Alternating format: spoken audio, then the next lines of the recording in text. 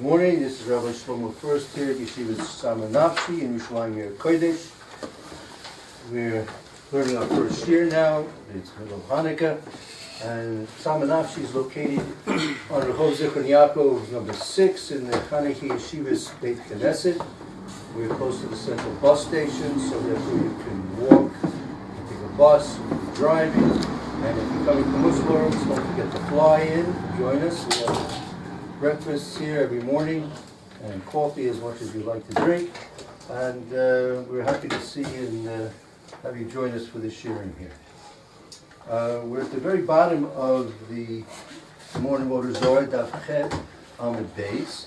And we're discussing the Roman conquest of the world and its alliance with the Jews in order to do that and grasp the control of the world from the Greeks. So the Gemara made a statement that Rome had been in control for 180 years before the Churban HaBayis. So the Gemara asks, the very last line, Mei v'shmonim v'su loy, 180 years and no more than that. Rachmi, not to... Mei v'shmonim v'su loy, 180 and not more.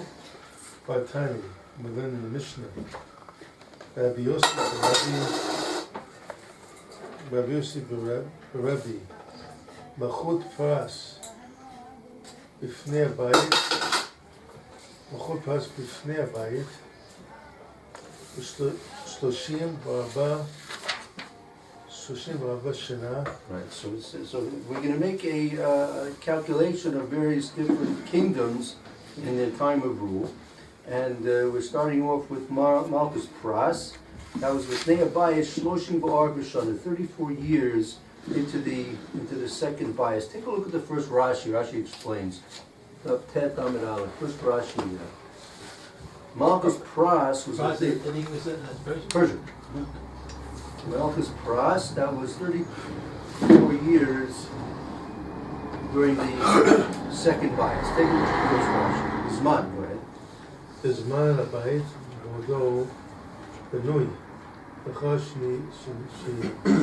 שבנו כורש, נמשכה מלכותו 34 שנים.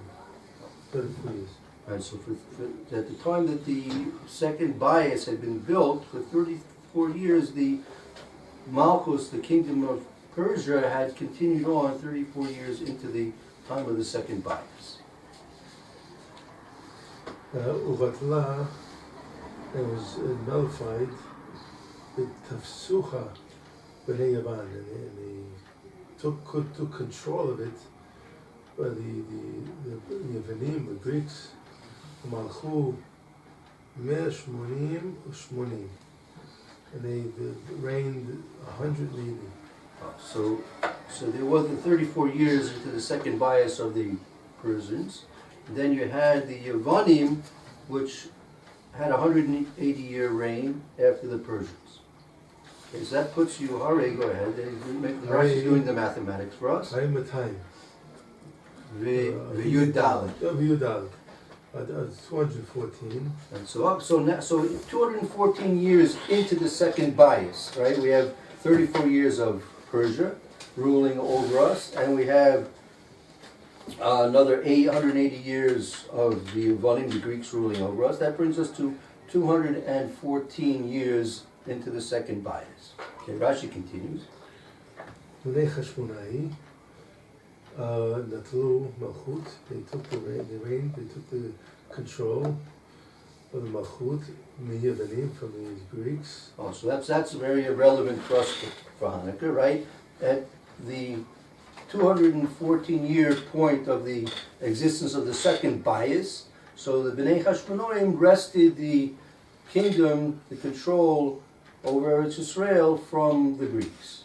That occurred at the 214-year mark of the second bias. That's when Hanukkah took place. Malchut Kufkim 103 103.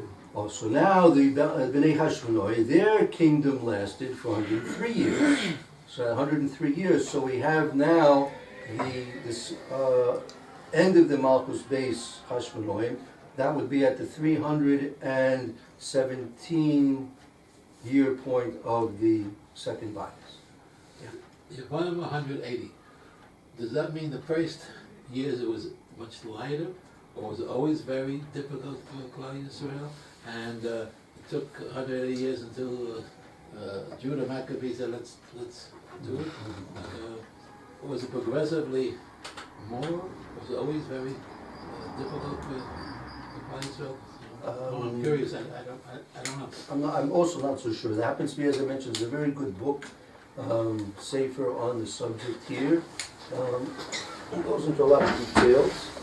The impression you get is that when Antiochus took over in Syria, that's when it got much worse at that point.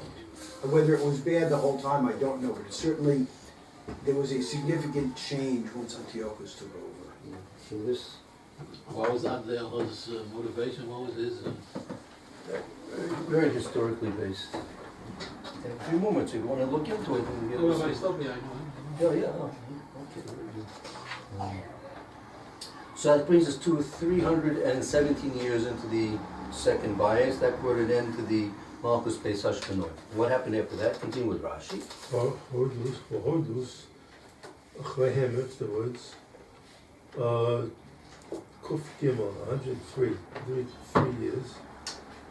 And there's another 103 years of Hordus. So that brings you to, that's a Haridal Meos. He lived a long life? No, it's just No, that was his kingdom. his He family. and his Family. yeah, that was the reign of his monarchy.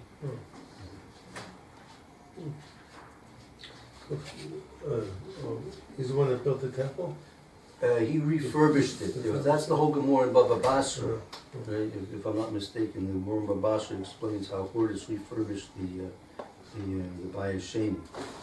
So they had the 317 years at the end of the Hashmonaim, then 103 years of Hortus. That brings you to 420 years, the total amount of time of the Bayis Sheni.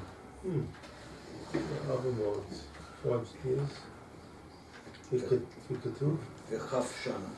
over and 20 years. Yeah, the Hari Dalad Meos, 400, V'chav Shan, and 420 years. Shaya, Shabbos Shehaya, Beit Sheni, Yeshua. It's standing. yeah, it was in existence. Existence. Okay, so that, let's return to the Gemara. We'll see the Gemara. So again, the Gemara has the mayor Rome was only 180 years. It was Sulo, and only that. But Tanya, Rebbe Yossi, Rebbe Malchus, go ahead again. Malchus Pras. פרס בפני הבית, 34 שנה מלכות לבן בפני הבית, 180 שנה מלכות השמונאי לפני הבית, 103 מלכות בית עוז 103 מכאן מלך צייר וחשוב כמה שנים אחר עובר הבית על המה. Where's the Romans? Where's Romans controlling all of this? Okay. I thought they were supposed to be 180 years. Hold on. So you'll see. The Gemara is going to speak about this. Right. So you have, and you see the Gemara mentions it was Malchus base Hortus, meaning not him himself, but base Hortus, meaning his family, his those who were The dynasty. Yeah, his dynasty, exactly. That was 103 years. Mekan ve'elach, go ahead. המלך צא וחשוב, כאן make a calculation, כמה שנים אחר חורבן הבית, עבר חורבן הבית, על מה, therefore, we're going out ממתן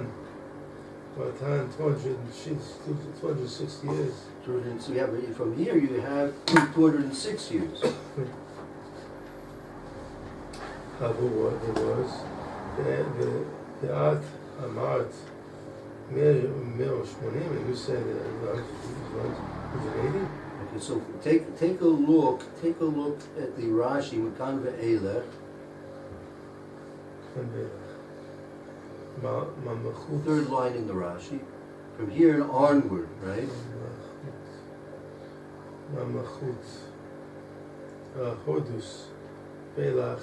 Harav Abayit. Batla Malchutan.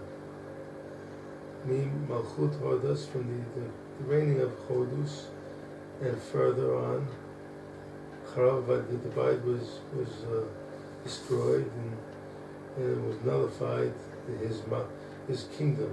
Right. So at the end of the Malchus Chordis, means the end of the 420 years, that came to an end of the Malchus Chordis, and that was the complete time of the Korban at the end of that Malchus. So from there, now things change. Look back at the Gemara, right? Mekan ve'elech, right? Tzei v'choyshev, go ahead. Mekan ve'elech, tzei v'choyshev.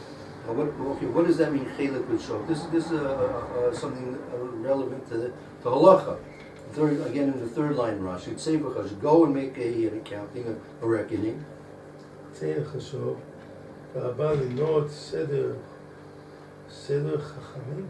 Right, meaning if you want to now establish the liturgies of this at this point is the Tanoim, and then later on in the Amoroyim, right? So you now what you do? You follow what the Rashi is saying. You Shnei star. You want to have fix a date for a star chov. You have an outstanding loan. You want to make a document of a legal document of a star, right? So now, from the time of the end of the Korban of Hordis and the Korban Abayis, so how are you supposed to date your stars? You know, the Arba Rishonis, Tishrei Echel Tishrei L'Malachi, meaning you would date. It was commonly used the dates of the king's reign to date documents. So now you have no Malchus, you don't have any Malchus anymore, so therefore how are you going to date your documents? Okay, so that's what Rashi More is explaining here. From here and onward, after this destruction and the end of the Malchus Chordis, so how are you supposed to date your documents and decide when you're going to start giving dates of births and other things like that? That becomes, Rashi explains,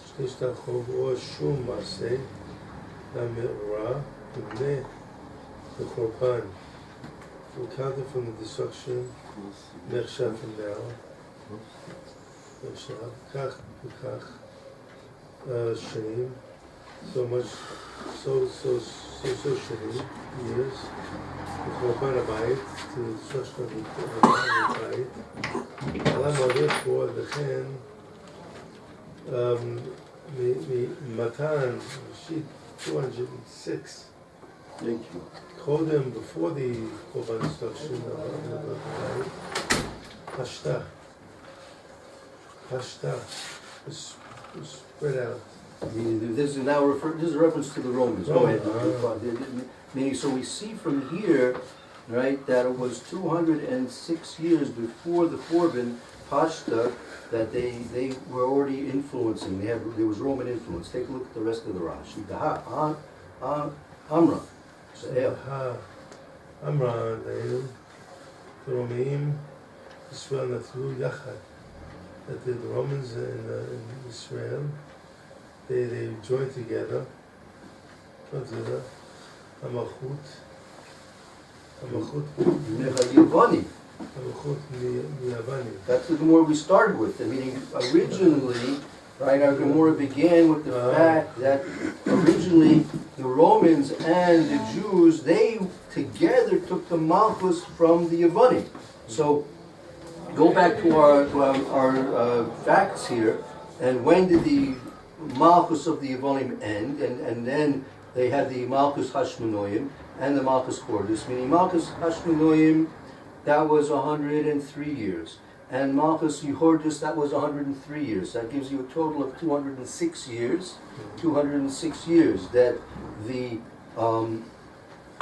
Romans, together with the Jews, wrested the kingdom, control of the world power, away from the Greeks. Right? So that took place 206 years before the Korban Habayis. Okay? we learn out Hacha here, Yisrael Malchu were reigning. Chodim, Korban, before the destruction. Matan Shita, 206.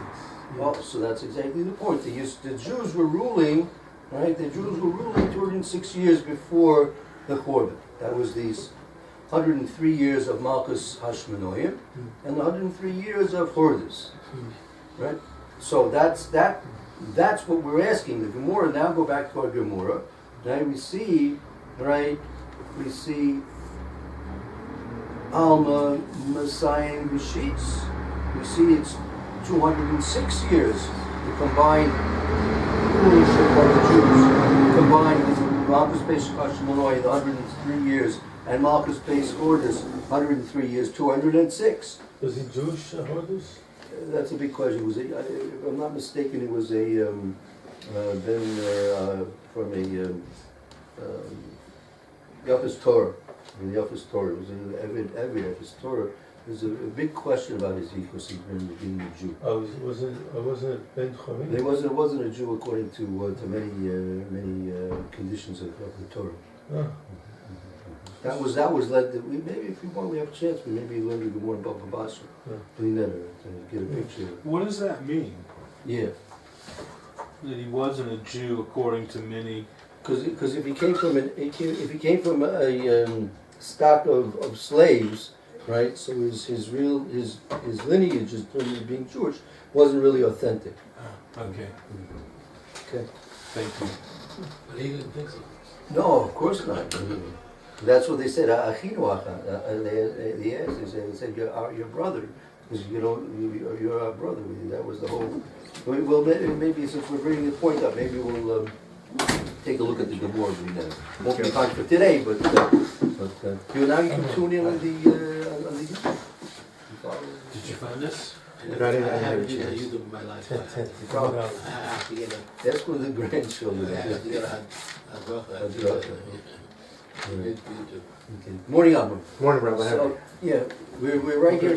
I'll catch you up right very briefly. If you look at the very last line of the Gemara in Daf Het Amid Beis, very last Gemara. Yes. The Gemara has previously said that Rome had the Malchus for 180 years. Right. So now the Gemara asks, this is the last line, May of Shmonim V'Sulo, and that's all, only 180. Vavatani Rabbi Yossi Rabbi Malchus Pras, the Persian Empire, Mipnei Abayis Shloshim V'Arba Shana.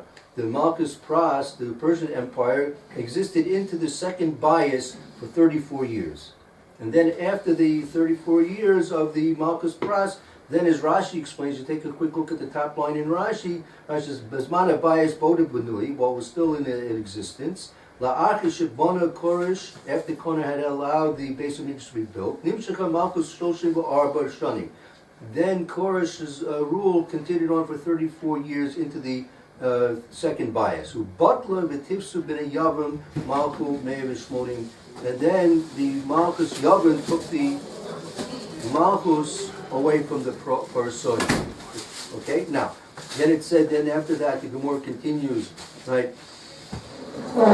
Malchus Yavin b'mei Abayis Me'ev Shmonim, that was 180 years. So now Malchus And the whole time, I'm sorry, the whole time they were in Israel? The 180 years? No.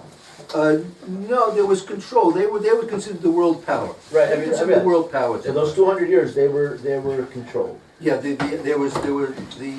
had 34 years of Right. of Pras, then you had 180 years of 180 Meir Shmonim Shana Malchus Yavon. Okay. Then Hashmonoi Midnei Abayis, that was Meir Veshlosh, 103 years after the Hashmonaim took the Malchus away from the Yavoni, that was lasted there. Malchus Hashmonoi lasted for 103 years.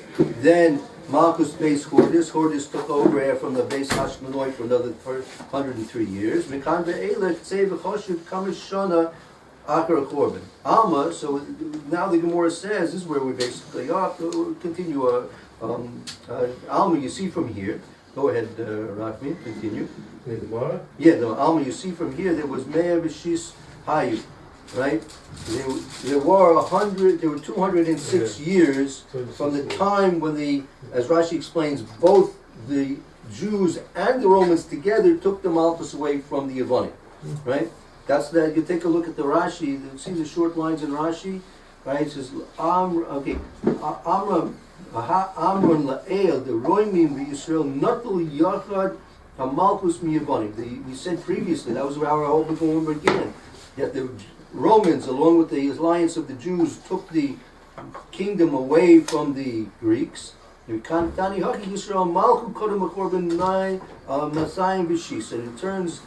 as we're learning now, that the Jews ruled for 106 years, right? That means 103 years of the Beis Hashmonoi, together with 103 years of Beis Hordus. That's 206 years. So it turns out that the Jews, along with the Romans, according to what we just learned, took the Malchus away from the Yevonim, from the Greeks, 206 years before the Korban. Okay, and now the Gemara. But you said it was 180. You said it was 180. So how could the Romans have had control for 180 years? It turns out here they're having control for 206 years. That's the kasha of the Gemara. For 206, the Habu was the Mart. You said 180 it was? Ella Esrin sheet 22 26 Esrin B'shis, years. Kamu Mehimanutayu Bahadi Yisrael Israel. Below Ishtabdu Bahu. They didn't have control over the Jews. they didn't subjugate the Jews. So you see, that was originally what we also said. So we see, you have the 206 years, and how do you reconcile that with the 180 years that the Romans were given, in the first mimer, they were given control. So the first mimer was saying it was 180 years based on the fact that even though there was a total of 206, the first mimer that we brought did not include in the Roman control the 26 years that they kept their word with the Jews. The 26 years that the Romans kept the Jews with their word with the Jews, that they will join together with the Jews and wrest the kingdom away from the Greeks. And in gratefulness for that alliance, the Romans will allow the Jews to sometimes be kings, and sometimes the Jews will allow the Romans to be kings. In terms of, not in actual Malchus, but in terms of rule, absolute rule. So that alliance existed for 26 years, right? So those 26 years were not included in the first statement that was made, and therefore it only made a statement that the Romans ruled for 180 years, because out of the total 206 years that the Romans ruled before the Korban Abayis, 26 of those years they were in alliance with the Jews. So that wasn't included. Okay. What's the year of Darius? Some say he was the daughter of, the son of Esther. Yeah, that's what I know. So Yeah. Is that Makubal? There are different opinions. Esther, what happened with Esther and Achashverosh, there are also different opinions about that as well. When we get closer to Purim, we'll learn more about Esther and Achashverosh. And her husband Mordechai. And her husband, or possibly her uncle. Okay, so it's a little complicated. Everything's complicated. So there you see, right? And you see that what is this? This is an insight to Chanukah that we're experiencing right now, right? That apparently, according to our Gemara, it was not possible for the Jews to. Let's start this way. That was what the Gemara said clearly. The Romans could not conquer Greece without the alliance of the Jews. That's number one. How did the Romans know that? That they had to vote the Zorah, they didn't believe in the Jewish God. And here they said, okay, we have to join the Jews, otherwise we won't be Because successful. the Jews conquered the Greeks in Chanukah. Okay, well, They saw how great they were, and they destroyed a whole army, thousands. And here the Romans, why not? In other words, stick with the winners, is that what you're saying? Sure. Well, exactly. Romans were very practical people. I mean, I never went to them. I didn't live there, but I imagine they were very practical people, Okay. right? That's how the Gemara started off. If you look back on the previous Gemara, the Gemara said, Ma Kartisim. So Amar Rabbi Yehuda, Amar Shmuel, Yom Shetifsa, Bo Roimi Malchus. That was the day that the Romans gained control over the world. Tanya, we have a question. Kartisim B'Yom Shetifsa Romi Malchus. You see, it means two different things. There's Kartis, that's one holiday, and then they have the day that they gain control. What do you mean now? That was the previous Gemara we started. That's about a quarter of the way down from the previous Amid, Dafchet Amid Beis. Right there, you see Amar Rav Yosef. Amar Rav Yosef, because they were practical. I'll tell you, I'll prove it to you. Amar Rav Yosef, State Fisus Tifsa Romi. There were 2 times Rome gained control. Akas B'mei Kat Patria, one was in the time of Kalipatra, right? Malchus. Of Egypt. And one was when they gained control during the Yevonim. Ata Rav Dimi, and when Rav Dimi came, Amr said, Tlasim Betartim Karvi Avdu Romi Badai Yevonim Below Yokolo. Ad Shetifshinu the Yisrael Badayu. The Romans engaged the Greeks in wars for 32 times. And they were able to conquer the Greeks until they made an alliance with the Jews. Right? So obviously they were very practical people. Right? They couldn't battle against the Greeks successfully, but it could be like Rachim said. They saw maybe after the time of the Hashmonaim, and they saw how powerful and as we say in the Al Nisim, Shem Gadol. It was a Shem Gadol, the Kiddush Hashem. The whole world understood that something was very special happening here in Yerushalayim, and the Greeks were sent flying, right?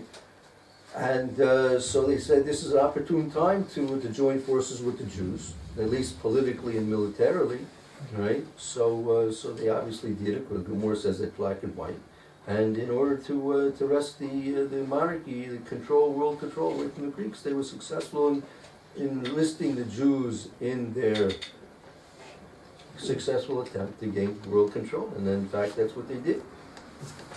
Is this happening in our times, where Israel technology, Israel military equipment is being used by the world? I'm not so sure. Okay. They didn't make any. They would acknowledge it. The guy would not I acknowledge have to send someone from the State Department here, and I'll explain this more to them. Maybe they'll get a different picture of things. The businessmen know what's going on. The State Departments, they have other agendas. That's right. I think, I'm not sure. Yeah, they're Arabist. Yeah. It's known. In any event, so So we he used to see, let Trump to do it. He did it on his own. we see that They the didn't want it. as Rashi says clearly, it was the Greeks and the Jews together that took the Malchus away from the Yevonim, right? So this is a good time to mention a certain principle which is mentioned very many times in different contexts. There is usually never going to be a nation that's going to control the Jews unless the Kadosh Baruch Hu gives gedula to that nation. Right? That's because that has to do with the honor of Klal Yisrael, meaning that we should be conquered and Has Shalom controlled, Has Shalom subjugated by a weak nation. That's very dishonorable, disgraceful. So Kadosh Baruch Hu, for the sake of Klal Yisrael's honor, right, brings the enemies to a status of great heights, and therefore, like Rome conquered the whole world. So it conquered the Jews also, Shem Rachim. Greeks, Alexander Mukdam, we learned about 10 days, 2 weeks ago. Alexander Mukdam conquered the whole world. So if he conquers the Jews also, it's not such a disgraceful thing. Right? But The Chorban did the same thing, right? The general became king. right, exactly. When it came time for the Korban, that he had the Gemara says clearly that they're based on the pasuk, right? That only a king can conquer Yerushalayim. And he can't be a small person. Has to be a big person. So we see that the Greeks were given their dominance and preeminence over the whole world in order to subjugate the Jews, and because we began very early on already. That was his shlashus lavoda. That was because of our weaknesses. Otherwise the kingdom would have remained by us. If we're doing what we're supposed to be doing, right? That's what the Marsha said on this Gemara. Malchus Rome and Malchus Yisrael can't exist Shava equally together. It's either going to be the preeminence of the Jews, or it's going to be the preeminence of the of Edom. And that's what the Romans themselves said to the Jews based on this Gemara in their alliance. It says, if we're going to be kings, you'll be the princes. If you'll be the kings, and we'll be the princes. It can't be that we're both going to be kings at the same time. It's not possible. It's either going to be Rome or Yerushalayim or Rome. And we just have to face that as facts.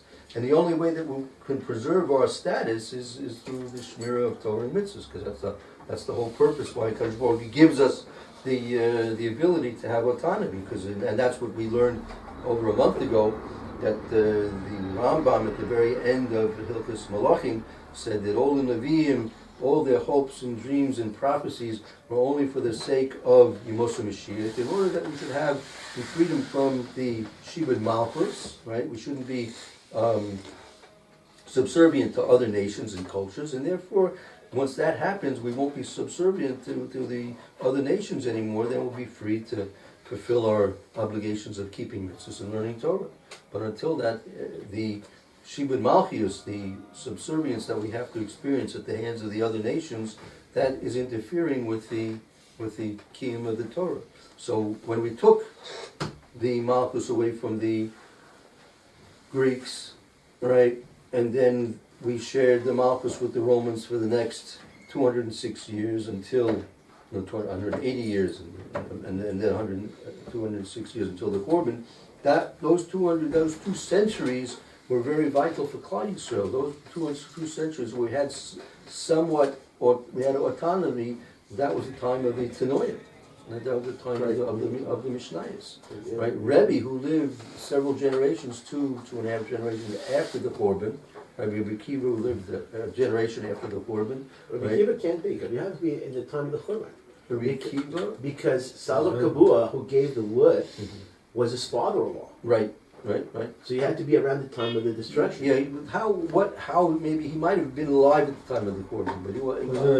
I don't know if he was a time at that time, because that was the because we have the Gemara in the end of Makos that came to Har Bayis, Rabbi Akiva, and the coming in. It was they saw At the beginning, it was. I don't know. I'm not sure. I don't know. I'm not sure if Rabbi Akiva saw the Bayis Sheni. I don't know. I don't know if he lived through the Korban. I'm not sure.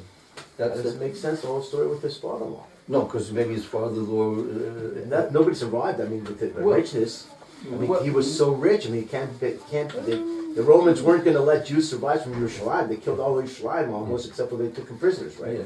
So it doesn't make sense that he's going to be surviving that part. Okay, we can try and look up the... Until Bar Kokhba, which is 50 years later. Right, that's 50 years later. Right, so that means he lived 120. Right. So we can find out. We can look at Seder and Doris and try and find out exactly, in relationship to the pinpointing the Korban where Rabbi Akiva. Right. But that he was either at that generation or the generation light afterwards. And then Rebbe was he compiled the Mishnayos. That was Antonidas. Antonidas was already the Roman Empire. Right.